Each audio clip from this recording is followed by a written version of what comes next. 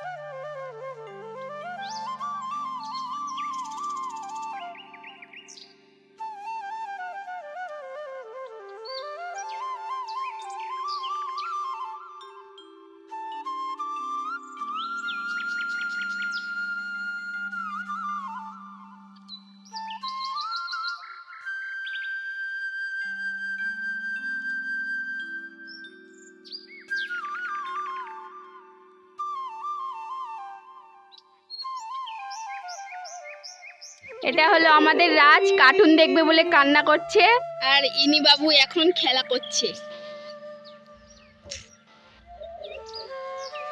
High করো, high করো। এই দেখো মাছ ব্যাপারী এসছে, আমরা মাছ নিতে যাচ্ছি এখন। আমরা সবাই মাছ কিনতে এসেছি। দেখো চিংড়ি মাছ, এই দেখো একজন এই ব্যাপারী আসে, আমরা প্রতিদিন এই কাকুর কাছ থেকে মাছ নিই। যা মুরগি কেটে এক গামলা মাংস নিয়ে চলে এসছে, কিন্তু বাবা একদম জমজমাট করে লাল লাল ঝাল ঝাল মাংস বানাবো। চলো দেখতে থাকো ভিডিওটা কেমন হচ্ছে, আর ভালো লাগলে লাইক কমেন্ট শেয়ার করতে ভুলবে না কিন্তু। থাকো আমার সঙ্গে।